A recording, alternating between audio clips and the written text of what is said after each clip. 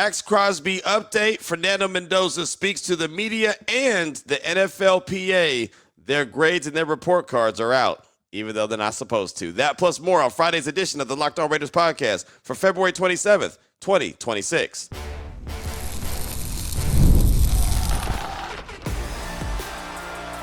You are Locked On Raiders, your daily Las Vegas Raiders podcast. Part of the Locked On Podcast Network, your team every day. And welcome in, Raider Nation, to another edition of the Locked On Raiders podcast, part of the Locked On Podcast Network, your number one sports podcast network. We're very proud of that. We're also very proud of the fact that this show continues to grow each and every day, and that's because of your support and the great job that my man Ari does behind the scenes, making sure we look good and sound good each and every day. Even when we're on the road, Ari's putting in that work, so we definitely shout him out. We appreciate him. He's on Twitter, at Ari Produces. You can hit me up as well, at your boy Q254, and if you want to be a part of the show, we got the Locked On Raider podcast voicemail line for you, 707-654-4693. We didn't have any calls or texts on Thursday's show. We heard the whole 25 minutes of head coach Clint Kubiak when he met with the media on Wednesday, so hopefully you enjoyed that. I thought that was some really good stuff, and as you could tell, Clint Kubiak is great when he's talking about football. That's what he wants to talk about, and I really enjoyed that media session and that kind of get together with Clint Kubiak, and hopefully there's much more of that to come when it comes to the silver and black. So again, hopefully you enjoyed that from Thursday. We will get back to your calls and texts coming up on today's show as we close things out, 707-654-4693. That'll be segment number 3, finishing the show and finishing off the week. Segment number 2, talk about the NFLPA. They've got their report cards out with their grades. Remember, though, the NFL made sure that they went to court to make sure that those grades and those report cards didn't see the day, didn't see the light, didn't have anyone out there in the public with them. Yeah, guess what? We got them, so we'll go over them, and we'll talk about how the Raiders did, where they excelled at, and where they may have failed at. That'll come up. Segment number 2 of today's Locked On Raiders podcast. Here in segment number 1, news and notes of the day. We'll jump into that after I tell you about the title sponsor of this show, and that's FanDuel. Use your profit boost on an NBA future and get entered for your chance to win a trip to the NBA Finals. Play your game with FanDuel, the official sports betting partner of the NBA. Before we do get into the news and notes, I did want to pass along this special shout-out. Comes from Adrian in Fremont. It says, in Fremont, California, as a matter of fact, Raider Mob was just wondering if you could take a second to give my older brother Tony Torres a birthday shout-out. Been a long-time listener of the show. He makes it a mission to say what's up to you and shake your hand whenever our squad takes a trip to Vegas and watch a game. He's the guy that put me on the Raiders when I was just a kid, bought me my first jersey. It was a Rich Gannon one. I'm blessed that now we can watch the Raiders play every Sunday with our kids. Thanks for all the hard work that you and Ari put in. Keep up the amazing work, Raiders. And his birthday is actually today, so shout out to our guy, Tony Torres. That's from your brother, Adrian. And, so that's really cool, man. Happy birthday, Tony. And that's cool that you guys can watch Raider games together. And that was the great Raider quarterback there, Rich Gannon. So not a bad first jersey to have. So shout out to you guys. Definitely appreciate you listening to the show. Now let's go ahead and jump into the news and notes. Every single day on Radio Row here in Indianapolis, where I've been, the scouting combine.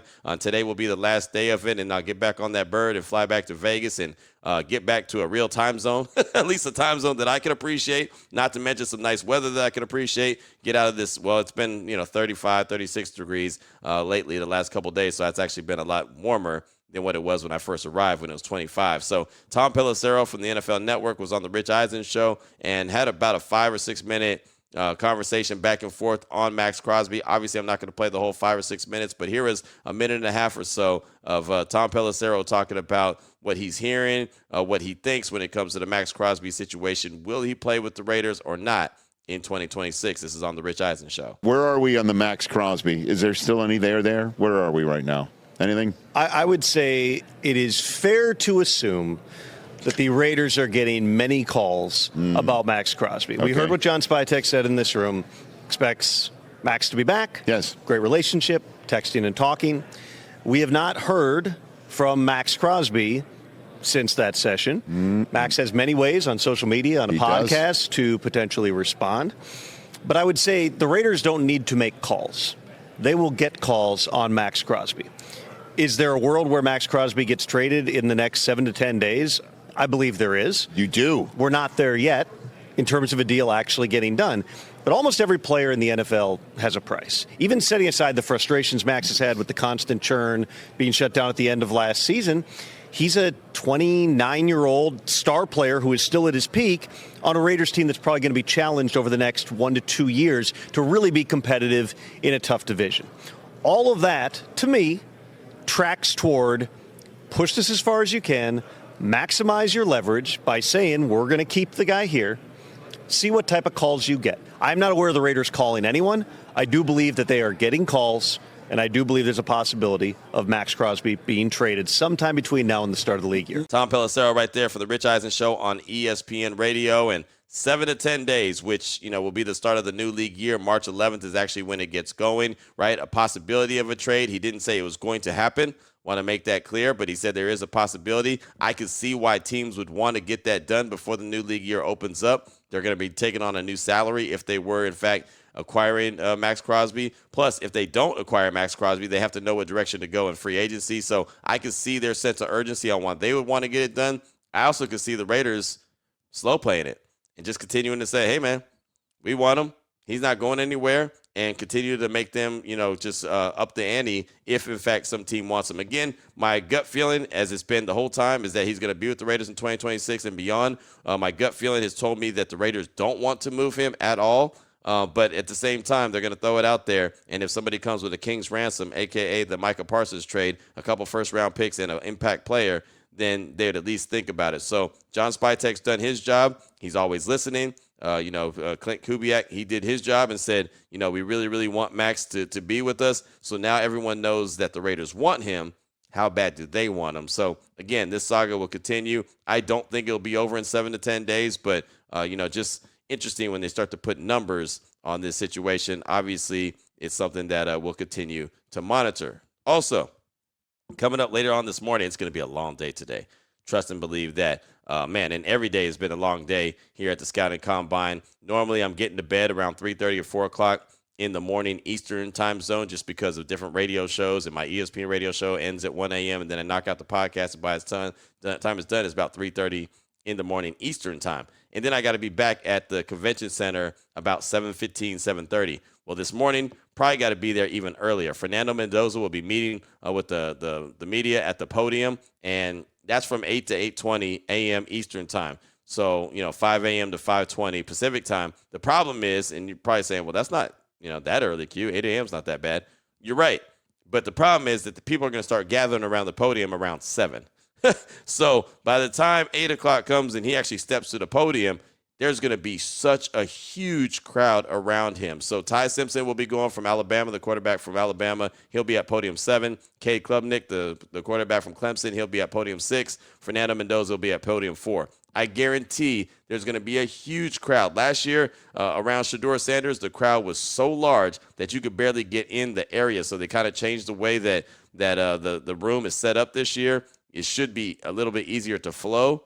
But, man, the whole area will be surrounded. Just nothing but people talking and trying to get questions in from Fernando Mendoza. So my job is to get there super early. Myself, Vinny Bonsignor, and others from Raider Nation Radio 920 and those that just cover the Raiders need to be there super early, standing in the front, basically camping out. So when I say people are going to get there around 7:15, 7:20, maybe even 7 a.m. and start camping out, I'll be one of them. So want to make sure I get an opportunity to get some good sound and I can bring it to, the show and obviously Unnecessary Roughness on Raider Nation Radio 920. On Thursday, DBs, linebackers, they all met with the media by way of the podium. And one guy who stepped to the podium was Indiana cornerback D'Angelo Pons. He's a guy that I like a lot. He's a guy that I believe could easily be a second-round pick. Maybe sneak into the back end of round 1, but an easy second-round pick, maybe a third-round pick if he slides a little bit because he is a little bit smaller, similar to Amik Robertson, but this dude plays big. I would have no problem if the Raiders decided to make him a member of the Silver and Black, and apparently he's actually been asked about that when he was, he said this at the podium. He was asked if he had met with the Raiders, and he went on to answer a couple questions about the Silver and Black. Check it out. Yes, I have. They actually asked me if I would like to play with Fernando Mendoza, but that would be a blessing, honestly, for anybody to draft me. What are they getting in Fernando Mendoza? They're getting a great quarterback. I got that question from them as well. A quarterback who can do it all. Like I said, he's a smart guy. He can break down your coverages. He knows what you're in. He can make any throw. He's also a mobile guy. So D'Angelo Pons, a cornerback from Indiana, not only has he met with the Raiders formally, but they asked him about playing with Fernando Mendoza, teaming back up with him with the Raiders. And obviously that kind of lets you know how they feel about him as a quarterback. He let that be known. And also they asked, what are they getting in Fernando Mendoza if, in fact, they do make him the number 1 overall pick? And, I mean, at this stage of the game, I know that we have to keep saying if they make the pick. It feels pretty cut and dry. It's pretty simple that he's going to be the Raiders not starting quarterback, but franchise quarterback moving forward. I'm not saying starting quarterback because who knows when they'll actually get the start. But D'Angelo Pons is a guy that I would definitely look out for. He's a guy that I think could be a big-time player for some real long years in the National Football League. Did a heck of a job there at Indiana. Coming up in segment number 2, the NFLPA, the report cards are out. I got all the grades on the Raiders. We'll let you know where they did in a bunch of different categories, how they did well, and where they did not so well. We'll do that coming up in segment number 2 of today's Locked On Raiders podcast. Before we get to that, though, I do want to tell you about the title sponsor of this show, and that is FanDuel. If you've ever wanted to experience the NBA Finals live and in person, FanDuel is giving you the chance to turn that dream into reality with their NBA sweepstakes. And this is how it works. Use your profit boost on any NBA future, and you'll automatically be entered for a shot to win NBA Finals trip for 2. That's right. Flights, tickets, the whole experience. So if you're already looking at the board, thinking about which teams can make a deep run, this is the perfect time to lock it in. I don't know if you're going to be paying attention, but later on this evening on ESPN, big-time game, the Oklahoma City Thunder with SGA returning, going up against the Denver Nuggets. Those could be a Western Conference Final preview right there. Maybe one of those two teams will be representing in the NBA Finals. Would not be shocked with OKC and Denver. Well, they're still Denver. They still got the Joker and Jamal Murray, so they could be there as well. I think San Antonio is going to have something to say. But futures this time of year, it's great. Whether it's picking a team to win the championship or grab a conference title, it adds the extra layer of excitement to every game down the stretch. And now, not only can you pick your cash, but you could also send you to the finals. So visit FanDuel.com to get started. Use your profit boost on an NBA future. Get entered for your chance to win a trip to the NBA Finals. Play your game with FanDuel, the official sports betting partner of the NBA. All right, Raider Nation, here we go. Segment number 2 of today's Locked On Raiders podcast. The NFLPA report card is out. And the funny thing about this is it's been, 4 years now that these report cards have been coming out. And the NFL was getting tired of it because a lot of franchises were getting basically roasted for different categories. And I'll go over all the categories for the silver and black in just a hot minute. But they actually did pretty well compared to some other organizations. Like the Steelers didn't do very well at all. The Miami Dolphins, they've done good. They were actually number 1 in multiple categories. So they kind of topped the charts for another year, which is funny because they fired their coach and their GM. So there's that. So take these grades with a grain of salt, I guess. But it's so funny that the NFL did everything they could to make sure that this report did not come out. It did not become public. And, of course, ESPN was able to obtain it and put it out there. Kaylin Kaler, who does a really good job, kind of investigative reporter, she put it out. It's on ESPN.com right now. You can see all 32 teams. But, obviously, for our purposes here, we want to go over the Raiders. So there's so many categories and some really good grades and, some grades that aren't so good. So let's go ahead and go over it. One of the categories, treatment of families. So family and friends, the folks that are traveling on the road with them or just interacting with the team and their family members, the Raiders got an A there. So obviously the players feel like, hey, man, the Raiders do a really good job taking care of families. Remember, this is the NFLPA, so the players inside the locker rooms are the ones who vote on these categories. Home game field, A-.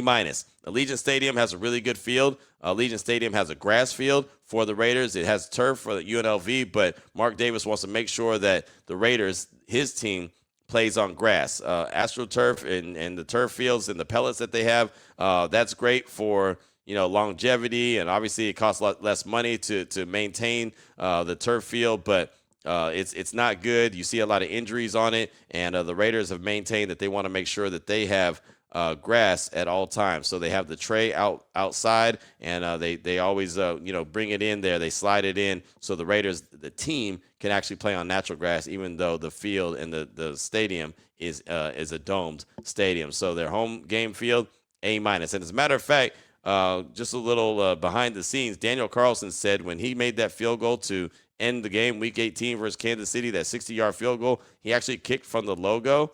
And he said in the locker room that he enjoyed kicking from the logo because it made it a little bit stickier. So when he planted his foot, he was able to plant a little bit even stronger than if he wasn't that far away. If he had been a little bit further in, it would have been a little bit more difficult of a kick because his plant foot wouldn't have been stuck in there. Not stuck because that sounds bad, but been able to be as sticky and tight as it was. And so he said that really helped him in that 60-yard field goal.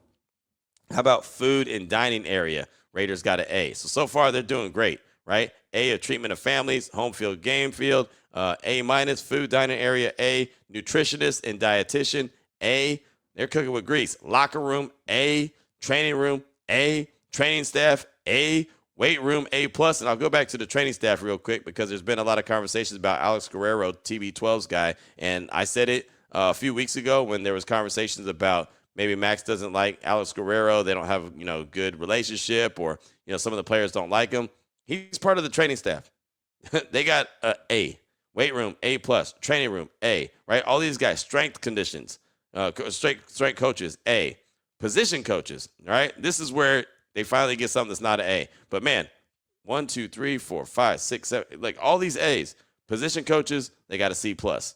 So that's linebacker coach, that's DB coach, that's, defensive line coach, that's, all these different coaches that they have, running back coach, quarterback coach, all these different position coaches, C plus.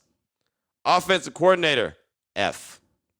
Raiders got an F for the offensive coordinator. That was obviously Chip Kelly. There's a reason that he got fired. Pete Carroll and him were not on the same page, and clearly the team wasn't either, right? There was times when guys had no idea what they were trying to do. There's a reason why they didn't look very good, didn't look like a well-oiled machine offensively, even though we all know Chip Kelly's a very creative offensive mind. For some reason, they just could not pick up what he was trying to coach.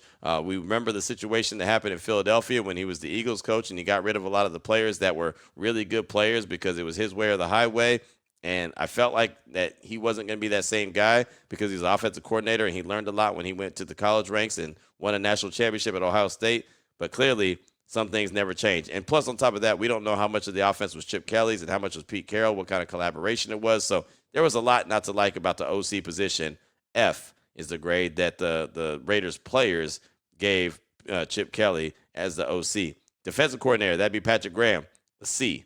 So he was average, right? And that's fine, right? Because the average defense can get it done.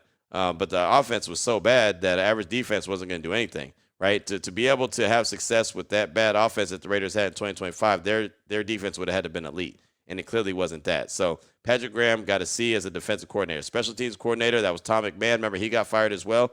C minus. So not good, but not failing. It wasn't Chip Kelly an F either. So there's that. So C minus there for Tom McMahon, special teams coordinator, and hopefully in 2026. With Joe DeCamillis there as the special teams coordinator. Hopefully that'll be a lot better.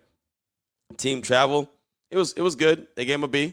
That's fine. Head coach, C+. So Pete Carroll, even though he wasn't successful, only won 3 games, they still thought he was cool. Still thought that they liked him. Wasn't some big issue. It wasn't Chip Kelly with the F. They almost gave him a B, right? So I think he got that on reputation, the fact that he's always up tempo. He's always, not having a bad day, even when the team is struggling and losing as many games in a row as they did, and ultimately, win the first week of the season, and then only win 2 more the rest of the way. And the third one was the very last game of the season. So he got a C+.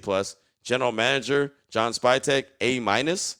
So that's big ups to him, and we didn't even get to really see his rookie class. We only really saw Ashton Genty, didn't get to see Jack Besh or Dante Thornton too much. Darian Porter got some burn there. J.J. Pegues and Tonka Hemingway got some love, towards the end of the season. Caleb Rogers, Charles Grant. Charles Grant only saw, it felt like 6 or 8 snaps, and Caleb Rogers got a little bit more. But John Spytek still got an A minus, so the players are feeling the direction that the GM is going. And team ownership, A.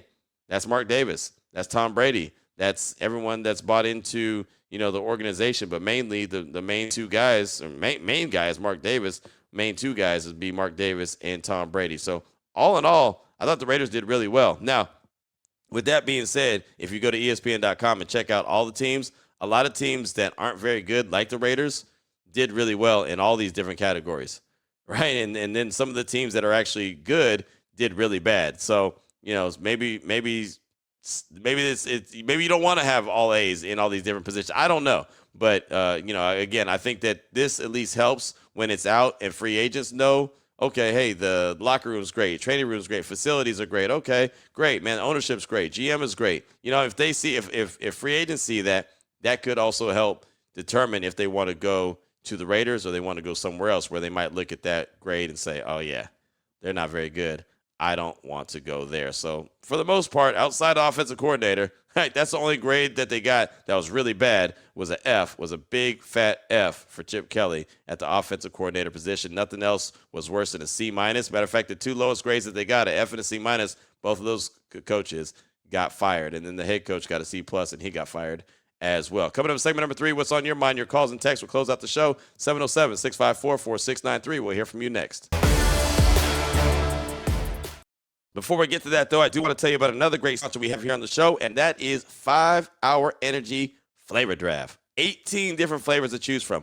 I honestly didn't know that there was that many until maybe a couple weeks ago, right? They've got new options like Confetti Craze, Fruity Rainbow, Cotton Candy. Basically, there's something for everyone. For me, it's grape. Concord grape flavor, similar to grape juice or candy, smooth. It's got that syrup-like fruit flavor, consistent, straightforward taste, classic purple candy style finish. I like to put it in the fridge. You get a little chill to it. It's really good. But again, you might be adventurous. Fruity Rainbow, that's a flavor. A simple one is berry. A simple one is cherry. Hawaiian Breeze, strawberry banana, peach mango, sour apple, strawberry watermelon. They've got so many flavors to choose from. Again, something for everyone. 5-Hour Energy shots give you a boost with zero sugar. 5-Hour Energy has a lot of upcoming flavor, that is more than even what I just rolled out there. They've got all kind of different options for you to choose from. So find your new favorite flavor of 5-Hour Energy shots available online at 5hourenergy.com or on Amazon. Again, 5hourenergy.com or on Amazon. Here we go, Raider Nation. Segment number 3 of today's Locked On Raiders podcast. Your calls and texts off that Locked On Raider podcast voicemail line, 707-654-4693. Before we get to your calls and texts, I do want to thank you so much for making the show your first listen of the day. We'll take a call from Raider Educator in the 925. He called the other day to talk about a couple guys that he really likes that can make some plays defensively, guys that can create turnovers that he's got his eye on. Here's Raider Educator. Hey, Q. It's the Raider Educator out of the 9 1/4. Hey, I just wanted to piggyback on something you said on Monday's pod about the defense needing players that can generate turnovers. That is 100% correct. We need to bring in players that can generate turnovers. It's been so long since we've had those types of players. So I want to give you a free agent and a potential draft prospect I think can do just that. The free agent, no big surprise, is Devin Lloyd. He's in everybody's top 10 list, the linebacker out of Jacksonville. When he was coming out of Utah, that's what he was billed at, as an off-the-ball linebacker that just makes plays, interceptions, forced fumbles, gets after the quarterback. Last year, if you remember, he had 5 interceptions as an off-the-ball linebacker. Pro Bowler, I believe he was second-team All-Pro. But if you remember the Monday night game, Jags versus Chiefs, I think it was early on in the season, Mahomes and the Chiefs are driving. They're about to put the ball in the end zone in the third quarter and get a 2-score lead. Devin Lloyd picks him off and goes 99 yards to the crib. Jags win 31-28. That's a guy I want on my team. Next, NFL draft guy. Since you're at the Combine, maybe ask about Zeke Masses, the cornerback from Cal Berkeley. Florida international transfer. So long story short, how he got on my radar is I'm flipping through the channels. I'm watching a Cal game. First play, pick 6 to the house. Gets called back for an off-the-ball defensive penalty. 2 plays later, picks it off again, weaves in and out of traffic, gets tackled right around the 5-yard line. So I've got my eyes glued to this guy. It's just pass breakup, pass breakup. He's about 6'1", and he is sticky. So if you see anybody around the Combine, ask about Zeke Masses, the cornerback from California. He's under everybody's radar. I don't think it's a great corner class. I think he should be talked about a lot more, whether it be, projections in the 3rd round. I don't care when we take him. If we take him, I would love it. So go Raiders, and thanks for everything you do, Q. Go Raiders. Educator, thanks so much for the call. I appreciate you. It's good to hear from you. And, yeah, man, the guys that you suggested, I like. Devin Lloyd, he could be an immediate difference maker, right? He can make those plays. He can create turnovers. That's what I like. And so he's going to be a free agent. He could be available. He's a West Coast guy. I'm good with that. Zeke Masses, I'll definitely ask about, around the combine around him. I haven't really paid attention to him, but I'll definitely make sure to ask. And, it's a really deep cornerback class, and I don't mind talking to a lot of smarter people than me, right, getting their opinions on him and others. So after last year's call, I'm sure not doubting your eye, right? That Schlesinger call was fantastic, and obviously Cleveland, the Browns, they really benefited when they got him early in the second round. Thanks so much for the call. Up next, got a text from Ohio Raider in the 419. Q, as always, thanks for what you do for the nation. Great coverage with the coach and the GM. My question is, during press conferences, who decides who gets to ask the questions from the press? It seems like you hear some guys ask more questions than others. Just curious. Ohio Raider from the 409. That's a great question. Nobody decides. It's basically just kind of open forum. It's like if you want to talk, and a lot of times, if Vinny Bonsignore doesn't work for the Las Vegas Review-Journal anymore, so he's actually based out of California, works for the California Post. Normally, Vinny would always ask the first question just because that's just kind of what always happened, and it's like we got so used to it, we just kind of let him go. It doesn't matter. In that setting with Clint Kubiak, everyone kind of went around the room, but at times some people just kind of jumped in there. I'm never a guy that feels like I have to own the press conference, right? I'll ask a couple questions here and there. I really like to listen, to be honest. I do so much talking that I don't mind listening. The best talker is the one that listens, right? A lot of times I'll sit at a press conference and I'll hear a question and then I'll hear the same question just asked a different way. And I'm just like, wait, that just was asked. Or else I'll look and be like, huh? What does that even mean? There's some guys that can't help themselves and they've got to ask and they've got to talk and that's cool. That's their thing. I'm not that guy. But really, in that setting, you just kind of just jump in whenever you can. So whenever, like Clint Kubiak's wrapping up his question, you see him about to wrap up, just, oh, hey, coach, what about, and just jump in. So it's really no pecking order. It's nobody decides. It's just kind of you go. And as anyone else in the room, you just are kind of respectful to the person. Once you hear them start talking, sometimes you, like me and Vinny might say something at the same time. I'll just be like, oh, go ahead, dog. It's never a big deal to me, right? Like I said, I do so much talking. I don't need to own or dominate a press conference. But thanks so much for the text. Definitely appreciate you. Up next, got a call from Raider X. He's calling to talk about the Raiders switching to a base 3-4 defense and has some thoughts. Here's Raider X. Yo, Q, this is Raider X. Hey, just wanted to give a couple tidbits. So we're talking about the Raiders changing defense to the 3-4.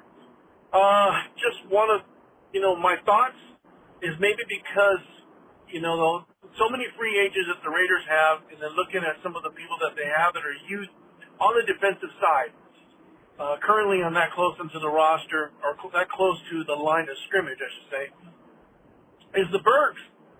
Is Eichenberg and Leichenberg. I think they fit that role, because they're smaller and they're faster. But also, somebody I like to keep my eye on is, I think it's Bud Clark.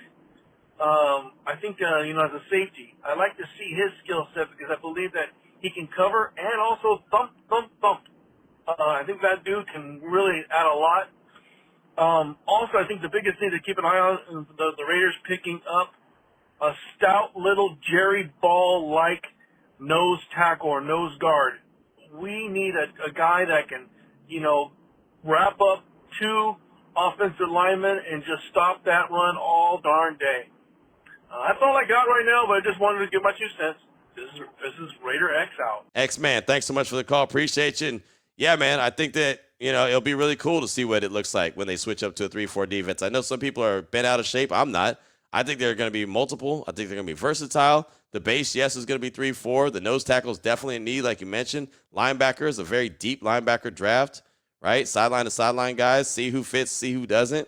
I think it's going to be fun. I really do. And the fact that Robbie Leonard, as a first-year defensive coordinator, is on board with switching up to a 3-4, obviously he sees something. And I'm going to trust the guys that are smarter than me. I'm going to trust the guys that have been there, done that, learned from some really good coordinators like Mike McDonald, who just won a Super Bowl in Seattle, like Brian Flores, who has a really good defensive sharp mind. So I'm just interested to see. And even Patrick Graham, learned a lot from him as well. So I'm interested to see how this all comes together and how they put it together and the players, the personnel, and more importantly, that's going to go out there and try to put their best foot forward. So thanks so much for the text. Definitely appreciate you. Or a call, I should say. Thank you. I appreciate that. Up next, I do have a text This one comes from Raider Dominator. If the Jets offered all 24 of their draft picks over the next 3 years, the max allowed for Fernando and Maxx, would you tell them to kick rocks? Is it bad that we're the worst team in the league, but I feel so much more confident in our team than the Jets? LOL. Raiders. Well, first of all, they wouldn't do that. They wouldn't offer all 24 of their draft picks. And if they did, you take it. That's a no-brainer. If they offered you all 24 of their picks over the next 3 seasons, if you're the Raiders, you definitely take them, right? That would be a no-brainer. But that's not going to happen. Now, you can go 3 years out as far as maybe their first-round picks, and they have a ton of first-round picks, and you see what happens. But I just don't see a team giving up a plethora of picks to move up to get Fernando. And look, the Jets are at number 2, and you throw in Maxx. Of course, that would give up a lot, but they're not Fernando and Maxx away from being a winning organization either. So, that's kind of pie in the sky right there. And the Jets actually look like they're a really bad team, right? The Raiders have a lot of holes and they got to work, but it just seems like the people that are making decisions are a lot smarter than the people making decisions with the New York Jets. Obviously, they got to put in the work. We'll see it. It's one thing to talk about it, but they got to be about it. But it just feels like that the Raiders are in a much better place than the New York Jets. Thanks so much for the text. Definitely appreciate you. We'll close out with a call from Raider Rez. He's calling real quick to talk about the fullback position and how the Raiders and Clint Kubiak will be looking to add one to the current roster. Here's Raider Rez. Hey, Q, it's Raider Rez from East LA. A short one here for you. So Kubiak needs a fullback, and as we know, fullbacks are not easy to come by. Very few fullbacks in college ready to play, not a lot of fullbacks in free agency. But, hear me out, we might have a fullback on the roster already. His name is J.J. Pegues.